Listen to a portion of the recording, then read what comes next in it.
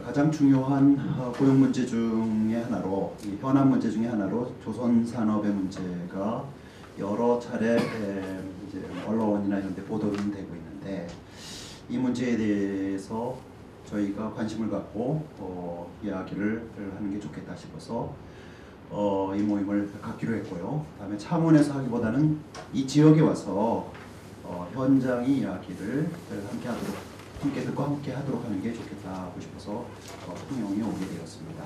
조선산업, 특히 중소조선소의 고용 문제가 심각한 것들에 대해서는 저희가 공감들을 상당히 하고 있는데, 그 문제에 대한 대책을 이제 모색하는 자리로 마련을 했습니다만은, 오늘 모여서 얘기하는 것이 앞으로 좋은 답을 찾아나가는 과정의 시작으로 했으면 좋겠다고 하는, 그 이른바 정규직이라고 하는 정규직이라고 하는 노동자들도 실제로 그 노동 조건이나 신분을 구체적으로 분석해 보면 우리가 보기에는 직고용 비정규직 정도밖에 안 되는 실제로 그런 상태에 있고, 대부분 거의 전 사업장 대부분의 그 공정에 물량팀이라는 다단계 하도급 구조로서 기형적인 고용 구조가 존재하는 그런 중소조선소들이 대부분 고성 통영에 좀 위치한 거라고 보면 될 것 같습니다. 그래서 실제로 보면 이 노동자들은 아까도 그런 이야기 나왔지만 유랑하듯이 그 직장을 옮겨 다니고요. 울산에서 좀 목포까지 주로 이 조선산업벨트를 이동한다고 봐도 무방할 것 같습니다. 그 실제로 이제 이 중소조선소 하청 노동자의 현안 문제는 보면 고용 문제는 숨겨져 있는 것처럼 나타나요. 실제로 아까 그 데이터에 잡히지 않듯이 또 고용보험에 가입하지 않기 때문에, 그럼 이 사람들은 그 고용을 어떻게 해결하냐? 대부분 뭐 스스로 해결합니다. 스스로. 정말 이 조선하청 노동자들 같은 경우에는 노동기본권이 심각하게 유린되고 있다, 이런 걸 알 수 있고요. 정말 그리고 법의 사각지대에 있다는 걸 알 수 있습니다. 실제로 근로기준법 44조 2 건설업에 적용되는 임금지급 연대 책임의 법을 조선업에도 과연 적용시킬 수 있을 것인가에 관한 노력들이 있었습니다. 2010년도 민주노동당 홍의덕 의원이 그 법을 발의해서 실제로 법을 발의했는데, 이제 환노위 전문위원회에서 검토 끝에 기간 만료로 폐기가 됐는데, 그 폐기 사유로는 보면 그 표 위에서 보시면 아시겠지만, 건설업하고 선박업 종사자하고 종사자 수의 차이, 그 다음에 실제로 체불임금이 발생하는 금액의 차이가 거의 한 10대 1 정도라고 보시면 될 것 같습니다. 그래서 뭐 이런 차이 때문에 이 법을 유사한 제조업 중에 건설업하고 가장 유사한 업종이 조선업인데, 조선업에 똑같이 준용하는 건 무리가 있지 않느냐, 이게 이제 환노위 전문위원들의 평가고 판단인데, 이 부분도 좀 문제제기 소지가 있다고 생각합니다. 어쨌든 법이라는 게 만인에게 다 비추는 거울이어야 되는데, 뭐 수가 적고 액수가 적다고 그러면 해결 안 할 것이냐, 해결에 좀 관점에서 노력해야 되는 거 아니냐, 뭐 이런 문제제기도 드릴 수 있을 것 같고요. 저희 경남지구에서도 내년 연초부터 이제 특히 그 조선소 물량팀 임금 체불 문제에 포커스를 맞춰가지고 실태조사를 좀 진행해서 이런 법제도 개선 방안에 대한 근거 자료들을 좀 만들려고 하고 있습니다. 법제도 개선이 근본적으로 필요하다는 것에 대해 필요함에도 불구하고 그 사전에라도 물량팀 문제에 대해서 노동부나 행정당국에서 좀 뭐 행정 지침이나 어떤 뭐 좀 시행령들을 좀 만들어서라도 좀 당장 시급하게 좀 노력해야 될 측면들이 좀 있다. 실제로 물량팀은 4대법에 가입하지도 않고, 그리고 업을 하고 또 폐업을 해도 법적인 책임을 하나도 안 지고, 이런 물량팀이 과연 적법한 도급인가? 이런 물량팀을 정상적인 도급이라고 봐야 되는가? 여기에 대한 근본적인 좀 의문을 좀 가져야 되는 것 아니냐, 이런 생각이 듭니다. 그래서 지금 우리 지역 같은 경우는 기업체가 없어져 버리는데 노동자들이 과연 남아있을까? 떠나버리는 그런 상황에서 오늘 제목같이 그러면 그게 산업을 어떻게 구조를 개편할 건가? 그런 걸 좀 고민을 해줬으면 좋겠습니다. 저는 지금 오늘 질문도 해보고 싶은 게, 과연 대형 조선소는 어떤 식으로인지, 뭐 해양 플랜트라든지 다른 식으로 살아남는 구조가 되어 있는데, 우리 중소조선소 산업 같은 경우는 과연 향후 전망이 희망이 있는 건지, 또 우리 통영 같은 경우는 지금 벌써 2개가 없어져 버리는데 앞으로 과연 거기서 이렇게 조선산업 뭐 구조 개편하고 노동자들이 거기서 밥을 먹고 뭘 먹고 살 건지 이런 굉장히 고민이 많습니다. 우리 통영 지역에 저녁 때 술자리에 앉으면은 정말 노동자뿐만 아니고 지역민들도 굉장히 그런 부분에 고민이 많습니다. 그 지역에는 지금 음식점도 하루에 한 명 받기도 힘든 곳이 많습니다. 그래가지고 아줌마들 다 내보내고 주인이 혼자서 경영하다가 그 가게도 자기 가게면 다행인데 세주는 가게는 대부분 문을 닫습니다. 그리고 또 조선업 활성기일 때는 원룸이 엄청나게 많이 지었습니다. 대개 원룸 한 개 막 5, 6억, 7억 이렇게 지어놨는데 지금 막 그 은행 이자를 못 메꿔가지고 지금 벌써 다방 도주하고 뭐 부도나는 경우가 굉장히 많습니다. 조선산업이 비단 근로자뿐만 아니고 우리 지역 경제 모든 부분에 다 미치는 영향이 크기 때문에 저는 이제 오늘 학자님들이 계시니까 과연 조선산업 가지고 계속 먹고 살 수 있는지 그거 한번 좀 여쭤보고 싶고 우리 통영은 또 산업 구조가 좀 특이합니다. 지금 겨울철이 돼가지고 이 목멘 소리가 안 나오는데 조선업이 좀 힘들면은 겨울에는 굴 산업이 지역 경제를 보충해주고 있었습니다.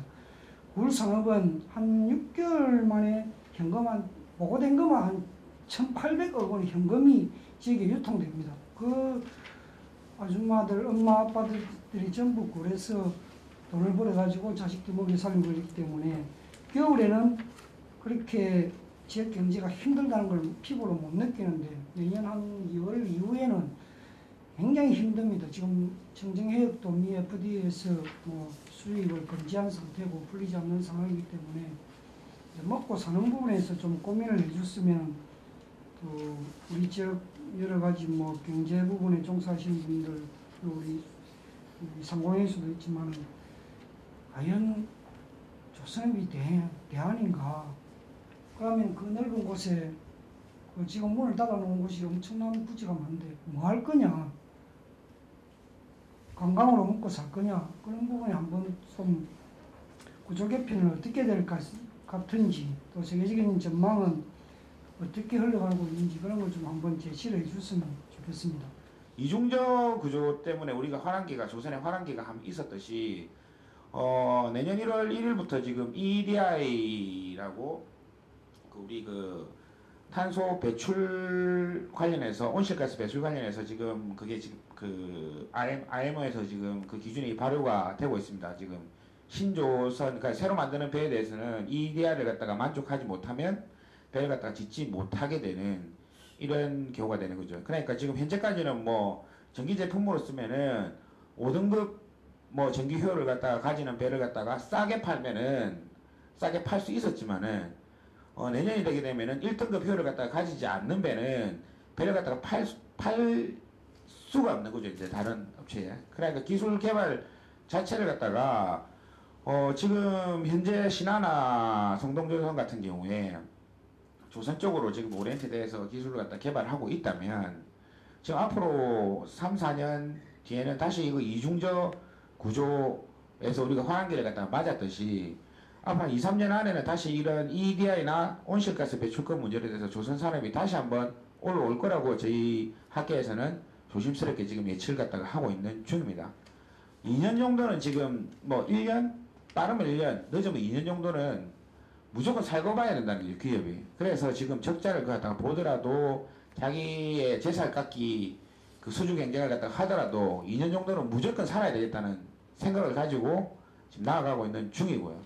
근데 2년 정도가 지나게 되면은 저희 업체들도 지금 현재 2년만 그 길면은 2년, 짧으면 1년 정도만 견디게 되면은 앞으로 다시 한번 조선의 화랑기를 갖다가 맞지 않을까라고 지금 저희 쪽에서는 조심스럽게 예측을 갖다가 하고 있습니다. 통영 시내 44개 보수와 진보를 아우르는 시민사회단체가 신화SB 회생을 위한 범시민대책위원회라는 걸 구성해서 지금 운영을 하고 있습니다. 신화SB가 이제 1년 후 가업기간 연장위회를 받았는데 지금 상태로 가면 아마 내년 6월 정도면 남아있는 선박 건조가 거의 마무리될 겁니다. 6척 정도가 남았는데 처음 작업하는 게 아니고 거의 마무리 단계만 남아있기 때문에 내년 6월 정도면 거의 대부분 작업은 마무리가 될 거고 그동안에 신규 수주를 해야 되는 거죠. 근데 신규 수주를 한다 하더라도 이게 이제 뭐 조선산업의 특성상 설계 작업을 하고 그게 다시 철강 커팅부터 시작해서 쭉 실제로 건조 작업에 이르기까지는 일정한 기간이 소요될 수밖에 없고 그 과정에 사실은 이제 고용을 유지할 수 있는 방안 이런 부분이 솔직히 대단히 그 이제 지혜를 모아가야 될 상황이라고 보고 있습니다. 어쨌든 저희들은 이제 국가 차원의 조선산업에 대한 대응책이 분명히 나와야 된다고 생각합니다. 그러니까 이제 교수님이 우리 강동훈 교수님께서 한 2, 3년간 먹고 살기 위해서 살아남기 위해서 정말 노력을 해야 된다. 누가 살아남느냐가 중요한 거다라고 말씀을 하셨는데 그게 지금 현실인 것 같습니다. 근데 문제는 우리나라에 7대 조선소가 있고 27개 중소조선소 중에 20개가 무너지고 이제 7개 남았는데 시장 논리로 치면 이 7개는 솔직히 버틸 힘이 없습니다. 왜냐하면 신화 SB가 올해만 들어서도 한 2차례 정도 수주 시도를 했습니다. 거의 가계약 상태까지 가다가 실패했죠. 그러면 그 배를 누가 수주해 갔느냐? 현대미포조선입니다. 국내 대기업이 국내 중소기업하고 지금 경쟁하고 있다는 거죠. 10만 톤급 이상의 배들을 수주하면서 부딪히는 게 아니라 신화 SB가 주력으로 해왔던 4만 톤, 5만 톤급 배를 현대미포조선, STX 이런 데가 직접적으로 뛰어들고 있다는 거예요. 이것에 대한 정부 차원의 대책이 필요한 거다. 중국은 예를 들면 신화도 그렇죠. 6천만 불의 배를 수주했는데 못 가져가겠다고 버팁니다. 선주가 2천만 불, 3천만 불 하면 가져갈게 이렇게 합니다.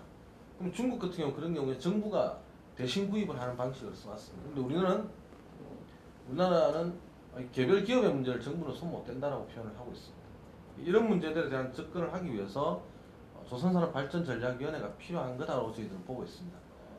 이곳에서 국내 조선산업을 어떻게 만들어갈 것이냐에 대한 고민을 좀 해야 된다고 봅니다. 그 속에서 중소조선소를 살릴 수 있는 방안, 회생시킬 수 있는 방안, 그리고 필요하다면 물량 배분까지도 저는 고민을 해야 된다. 그래야 살아남을 수 있을 거다. 그렇지 않고 만약에 시장 논리에 맡긴다면 중소조선 다 자빠질 거고, 자빠지고 나면 화랑이 됐을 때 중소조선 시장은 결국은 중국으로 갈 수밖에 없을 거다.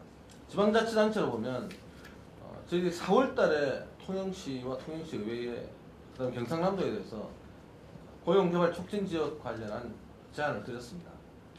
이걸 좀 하자. 이거 필요한 이유가 실제로 고용을 유지하는 것도 대단히 중요하지만 실업 상태에 있는 사람들이 들 역시도 좀 버틸 수 있는 힘, 그리고 실업이 발생하지 않도록 유지할 수 있는 힘들을 줘야 되는 거 아니냐. 충분히 고민해서 던져야. 그리고 그것이 진행되지 않으면 지역 경제도 무너질 수 있다. 그중에 이제 기업에 대해서는 금융이나 세제 지원 또한 기술 지원이 좀 필요한 거다고 보고 있습니다. 솔직히 대우, 삼성, 삼호 이런 데는 자기들 기술 개발 파트가 있고 재교육을 할 수 있는 프로그램이 있습니다. 근데 중소조선소는 기술을 축적할 수 있는 재교육 과정이 사실 많이 부족한 거죠. 이 재교육 과정을 어떻게 할 수 있는 건지 이 부분을 지방자치단체와 기업 같이 좀 고민을 해서 현재 신화 SB만 예를 들더라도 실제로 거의 반실업 상태에 있는 반휴업 상태에 많은 노동자들이 있습니다.